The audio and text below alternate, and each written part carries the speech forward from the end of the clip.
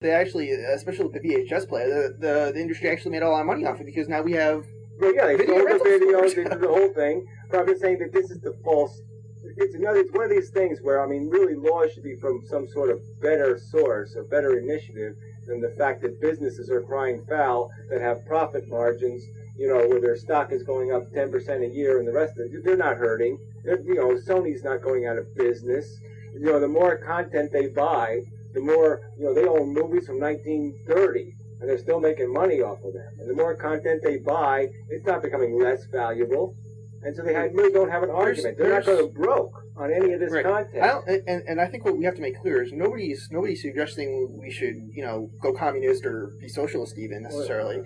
What we're simply saying is that we as consumers have certain rights, and the industry, the commercial, these industries, commercial interests, are abusing us. Well, let's put it this way. Abusing our rights, It's this right responsibility thing. That's all it's about, really. Yeah, as individuals have a right and have a responsibility to creators, you know, people who make content. We have a responsibility. There's nothing wrong with paying. Okay, it's just to them to make sure they get compensated appropriately. And as I kind of figure it, you know, maybe there should just be a fair standard for that compensation. Maybe copyright should be flexible based on how well you've been able to exploit it. I mean, if I make $1 billion off something in 1 year, maybe the copyright should expire the next day because I've gotten my fair compensation. I don't disagree with that, but again, I'll have to show you that presentation.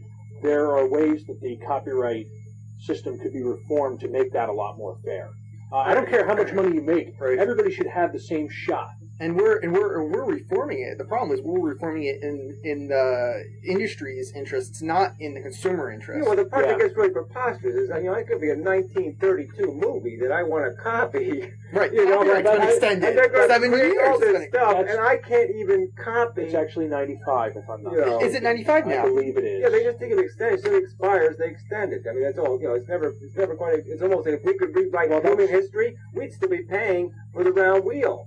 I mean, you know what I'm saying? Yeah. Because no one would give up a copyright. Because no, my ancestors have to have it, and their ancestors have to have it.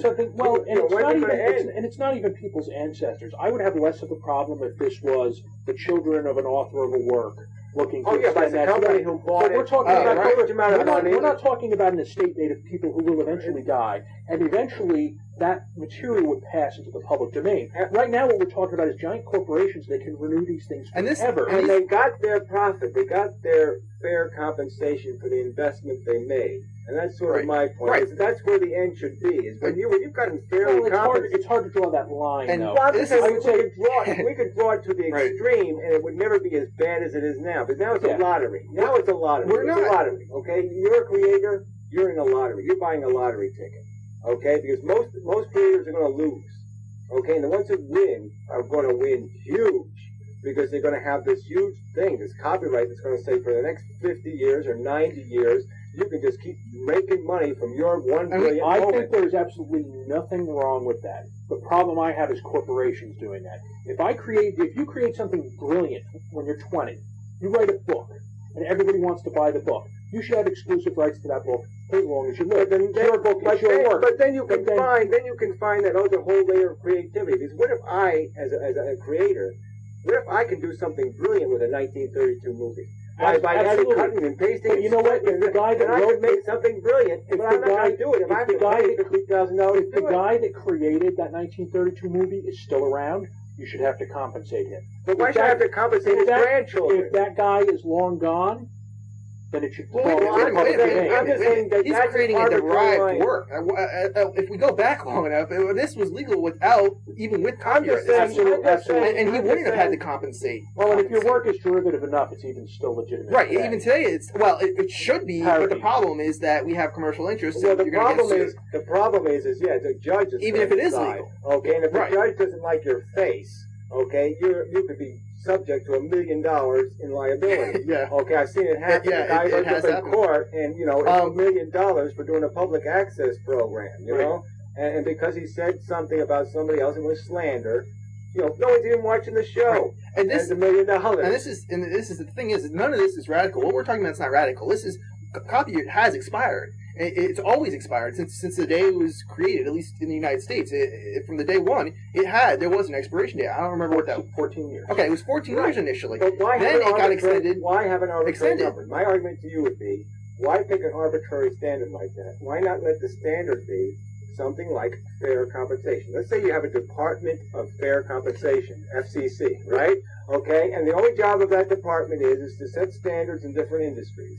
Okay, that say, okay, when you make $1 million off a song, or $1 billion, you've made the quota. Okay, so certain, art has this much, but you have different standards. I disagree with the idea of the government setting how much money you can make on something. I think that a time-based thing is more fair. Let me just make the argument, though. I think if you do that, you will encourage more creativity. You will create incentive capitalism in the sense that you will always keep people to have the incentive. I don't have an incentive to do art in a lottery system. Because I look at the lottery and say, well, I'm not going to be able to win. How does this make it less of a lottery system? It makes it less of a lottery system because the exploitation is confined to a narrow window. And then new artists can do something new with that. New creativity can take place. Okay, because you can't just well, right now it's right. Now if it were under the old system of 14-year window, right?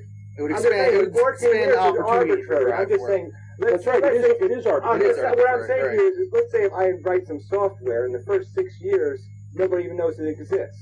Or let's say in the first 13 years, nobody even knows that it exists. It's existed for 13 years, and no one knows that it exists. I haven't been able to market it, but guess what? In the last 14th year, I finally get the marketing to happen. It finally gets popular. I'm finally starting to make money on it, and all of a sudden you say my copyright expires. But there's not a fair standard.